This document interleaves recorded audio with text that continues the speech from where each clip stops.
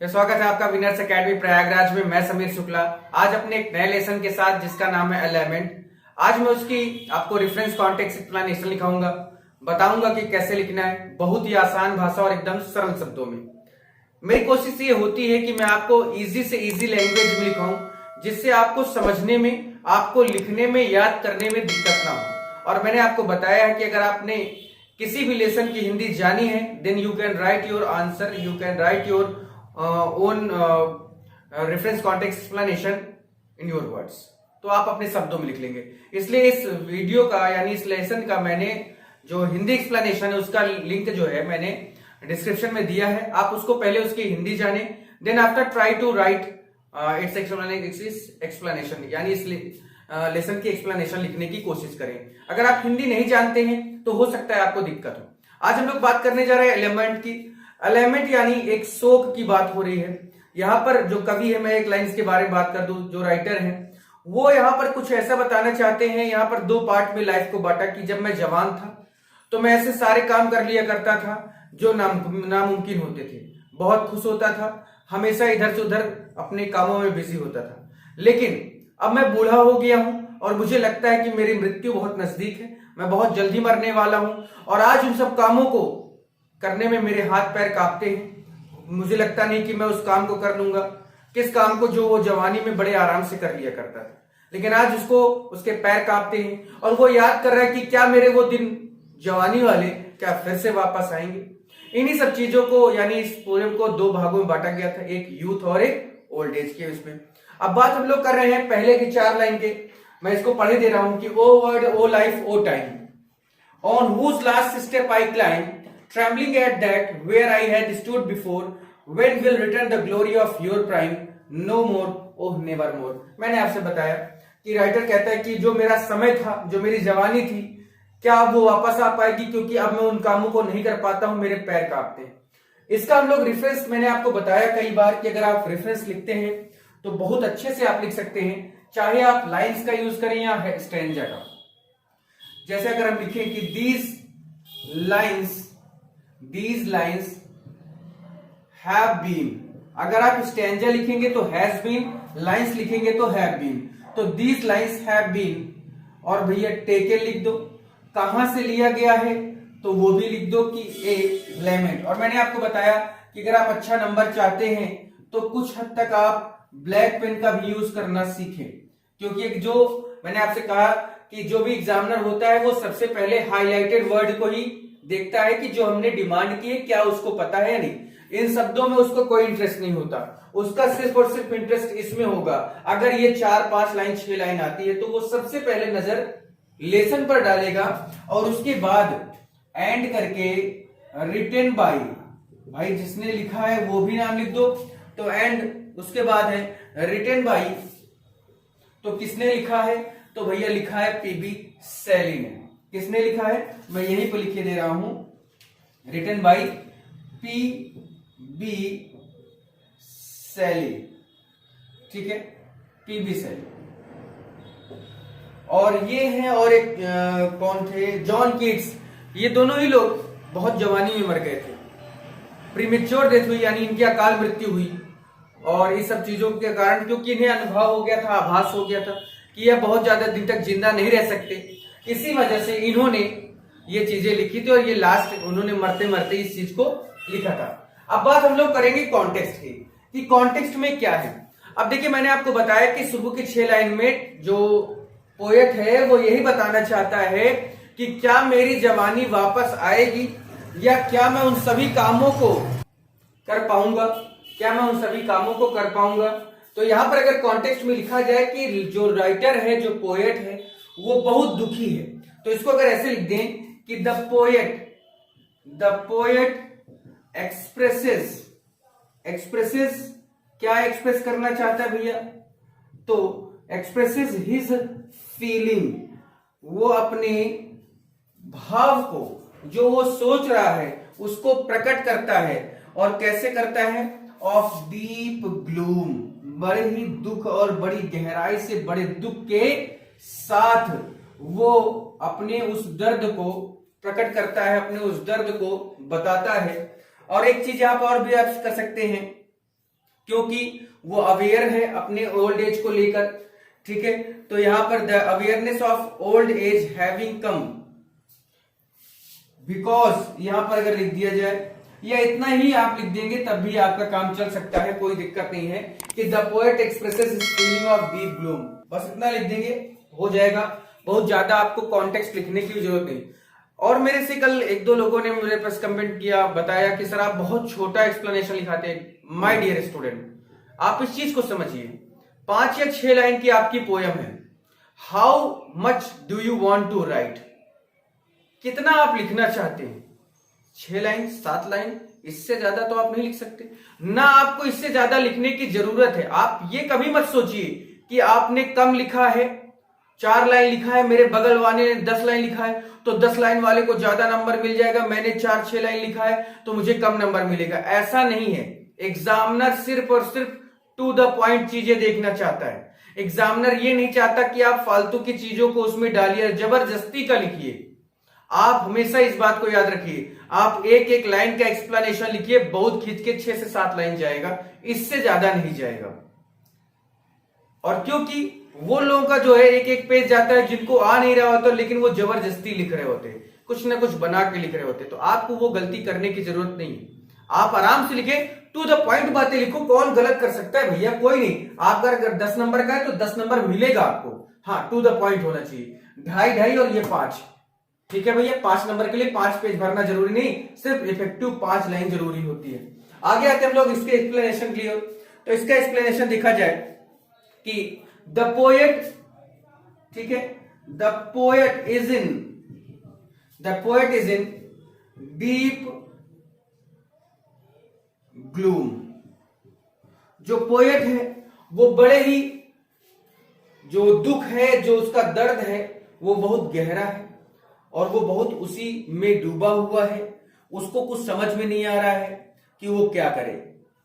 और क्योंकि इतना उसने, भले ही 28 साल का था, वो मर गया, लेकिन वो पता नहीं किस कारण से दुखी था कि वो जीना नहीं चाहता था। तो he has no desire to live, he has no desire to live more in this world, more in this word, यानी इस संसार में अब उसके जीने की जो इच्छा थी वो क्या हो गई? खत्म हो गई।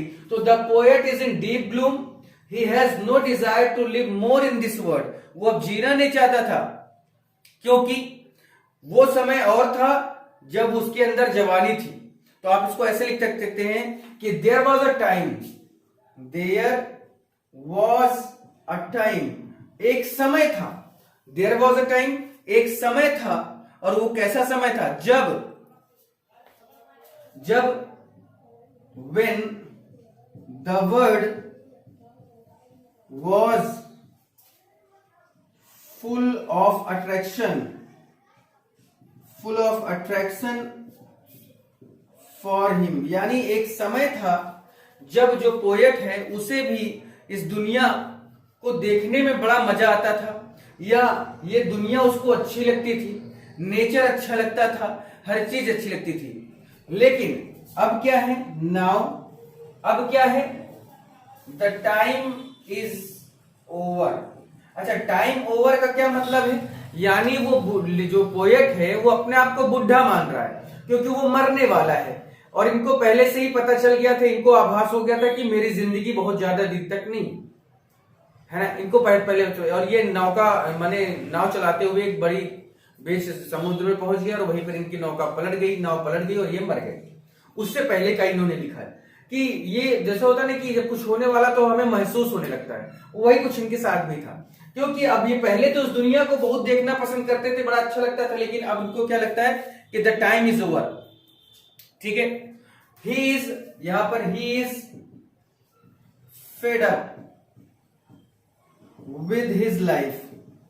उनकी दुनिया, यानी उनकी जो जिंदगी है उसमें से ऐसा लग रहा है कि उनका पूरा रंग उड़ गया है, यानी अब उनकी जिंदगी में ऐसा लग रहा है कि कुछ है ही नहीं। और फील्स दैट, और ये महसूस करते हैं कि हिज डेथ इज अप्रोचिंग, कि वो मरने वाले, his death is approaching him, his death is approaching him slowly and surely, धीरे धीरे और बिल्कुल, slowly and surely, यानी उनको पता था कि मैं मरने वाला हूं, उनको ये महसूस हुआ था क्योंकि उनको दोनों ने देखा या जाना या इसको आभास हुआ इनको कि धीरे धीरे मृत्यु उनके नजदीक आ रही है और वो बच नहीं पाएंगे। और उसके आगे भी है, अब ये ही रिमेंबर्स द टाइम, ये उन समय को भी याद करते हैं, ही रिमेंबर्स द टाइम, अब ये उसी की बात हो रही कि जब वो जवान थे, he remembers the time when he used to stand, when he used to stand firmly, जब वो बड़े दृढ़ता के साथ किसी भी चीज के साथ या बड़ी दृढ़ता के साथ किसी के लिए भी खड़े हो जाया करते थे और अपना काम पूरा कर कर ही बाहर आते थे इन द वर्ड। तो फर्मली इन द वर्ड, यानी इन्हें खूब अच्छे से पता था कि ये मरने वाले हैं और ये अपने पुराने दिनों को याद करते हैं कि जब ये जवान थे तो बड़ी ही दृढ़ता के साथ इस दुनिया में को जिया उन्होंने या जी रहे थे। लेकिन आज क्या है, but now his legs are trembling, लेकिन आज उसी चीज के लिए उसी दृढ़ता से ये नहीं खड़े हो पा रहे हैं, इनके पैर क्या है, कांप रहे हैं। और कैसे, like an old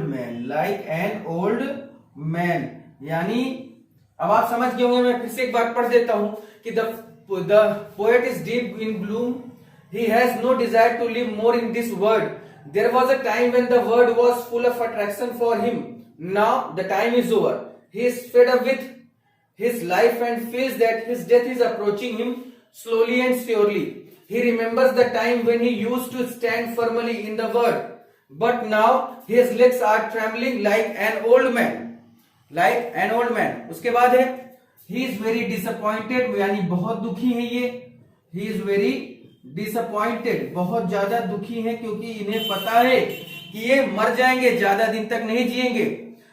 and regrets, और अफसोस भी है, and regrets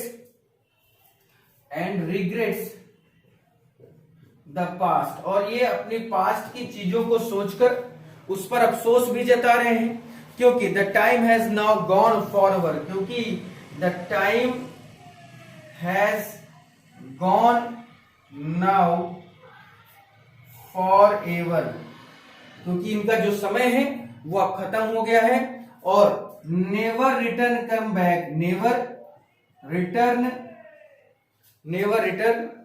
बैक, अब समय इनका नहीं आएगा। अब देखो इतना ही हमारे, जैसे मैंने बोर्ड पर लिखा है तो 1 2 3 4 5 6 लाइन में आया, आप अपनी कॉपी में लिखेंगे तो कम से कम 8 लाइन का आएगा। तो आप ये मत देखिए ना कि मैंने 4 लाइन में लिखा है, आप अपने से लिखेंगे तो हमेशा मेरे से 2 लाइन आपकी कॉपी में ज्यादा होगा, क्योंकि बोर्ड बड़ा है, इतना बड़ी आपकी कॉपी नहीं होती ना, कॉपी तो छोटी होती, इसलिए परेशान मत हो। चलिए दूसरे वाले की ओर आगे बढ़ते। दूसरे में क्या है, दूसरे वाले में है out of the day and night the joy has taken flight, और summer fresh spring and summer and wild winter hoar move my faint heart with grief but with delight no more O never more. यानी इस sentence में difference तो वही होगा, context भी बात करते हैं। देखिए जैसे कैरेक्टर ऑफ हैप्पी लाइफ में क्या था, हम लोग बार बार पढ़ रहे थे कि here the poet tell us the character of a happy man, बार बार वही चीज आ रही थी। यहां पर भी पोएट क्या पूरी पोएम में दुखी है। देन यू कैन राइट कि the poet is feeling sad and disappointed, poet दुखी और निराशा से भरा हुआ है। And now he is incapable of enjoying the beauty of nature, और क्योंकि वो दुखी है, निराश है, तो वो कैसे जो नेचर या प्रकृति की जो सुंदरता है या प्रकृति की जो चीजें उनका कैसे वो क्या कर सकता है, एंजॉय उनको कैसे कर सकता है, क्योंकि उनको पता था कि वो बहुत जल्दी ही मरने वाले हैं, और ऐसा ही हुआ। पीबी शैली और जॉन किट्स 2 ऐसे लोग थे।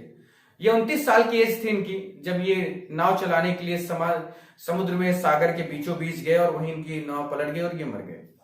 अब इसका एक्सप्लेनेशन देखते हैं। Out of the day and night a joy has taken flight. अब यहां पर हम ये कह सकते हैं कि the day of the poet, the day या डेज ऑफ द पोएट, यहां पर द डेज ना लिखे, the days and nights of the poet, the days and night of the poet are dull. क्या है? बेकार है, एकदम कोई उसमें लाइट नहीं है, यानी इनको बड़ा अजीब सा और बहुत स्ट्रेंज सा फील हो रहा था। डल, डल के बाद यहां पर एंड जॉयलेस, एंड जॉयलेस यानी बेकार है, माने उनकी जो जिंदगी है वो एकदम बेकार हो चुकी है, उसमें कोई आनंद नहीं, आनंद रहित है। ठीक है। और they have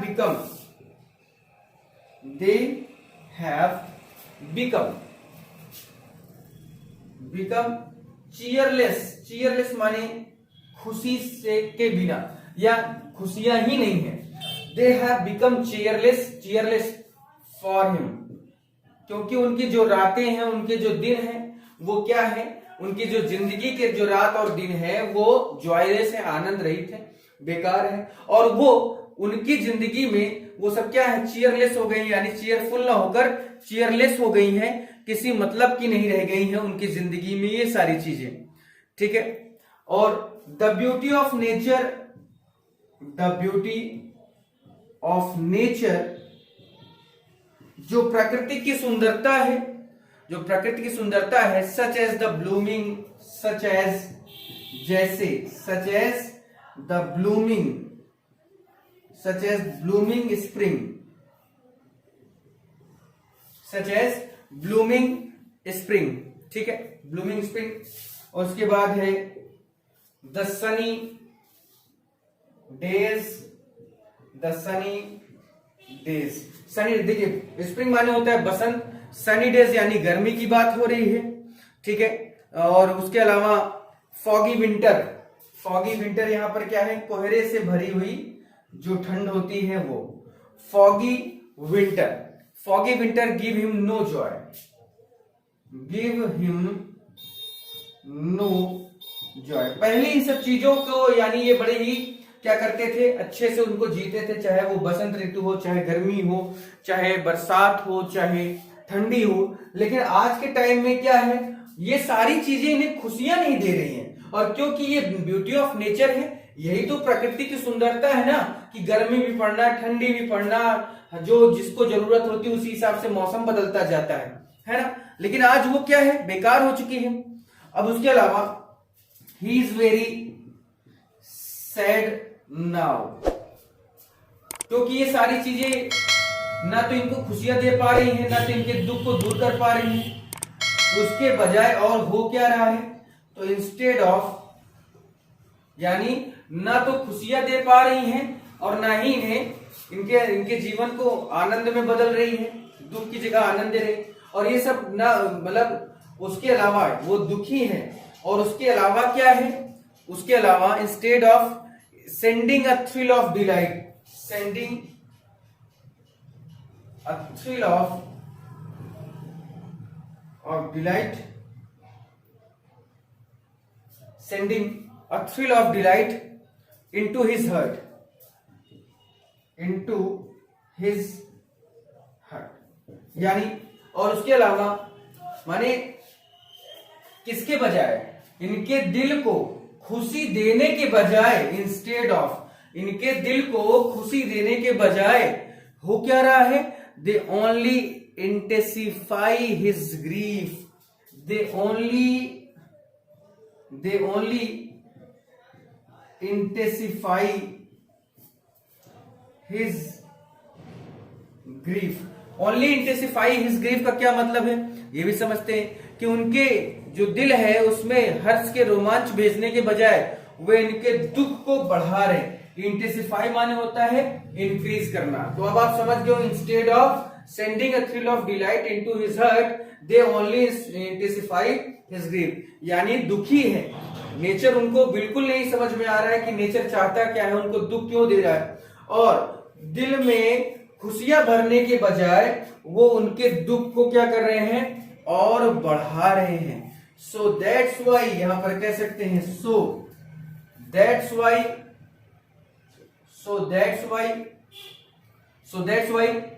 the poet is very sad and disappoint. ठीक है, ये आप कर सकते हैं. इस तरह से आप इसको बनाइए, कोई दिक्कत नहीं होगी. बाकी हम हैं. अगर इसके अलावा देखो, इस 4 लाइन 5 लाइन में आप कितना लिख सकते हैं, ज्यादा कुछ है ही नहीं कि आप लिखें. इसलिए बिल्कुल परेशान होने की जरूरत नहीं है. आप बिल्कुल ना परेशान हो, आपको टू द पॉइंट लिखना है, आपको नंबर मिलेगा. अगर आप यही चीज लिखते हैं और ऐसा ही लिखते हैं, मैं आपकी कॉपी निकलवाने के लिए तैयार हूं अगर आपका नंबर कटता है. और अगर आपको लगता है आप इतना कॉन्फिडेंस में हैं कि नहीं मैंने ये लिखा है, मुझे इसका नंबर मिलना चाहिए, और अगर नहीं निकलता है, नहीं मिलता है, then contact to me, I will with you in anywhere in any time. ठीक है, इसलिए परेशान मत हो. आप टू द पॉइंट बातें लिखना सीखो. ज्यादा बड़ा या ज्यादा कॉपी भरने की जरूरत नहीं होती. और मैंने आपको बताया कि एक टॉपर और एक लूजर में यही अंतर होता है. जो लूजर्स होते हैं वो हमेशा कॉपी ही भरते हैं. वो एक 5 लाइन की जो चीजें हैं उसको 15 लाइन में लिखते, क्योंकि उनको पता ही नहीं होता कि वो लिख क्या रहे, क्या क्वेश्चन की डिमांड है. लेकिन जो टॉपर होता है वो 5 नहीं, वो 4 लाइन लिखेगा, लेकिन वो वही चीज लिखेगा जितना पेपर में डिमांड की गई है. ठीक है, तो इसलिए परेशान मत हो. वीडियो को लाइक करना, शेयर करना, सब्सक्राइब करना, कमेंट करना. बाकी की बातें हम लोग कल फिर एक नए लेसन, एक नए रेफरेंस कॉन्टेक्स्ट एक्सप्लेनेशन के साथ. आज के लिए इतना ही. Thank you.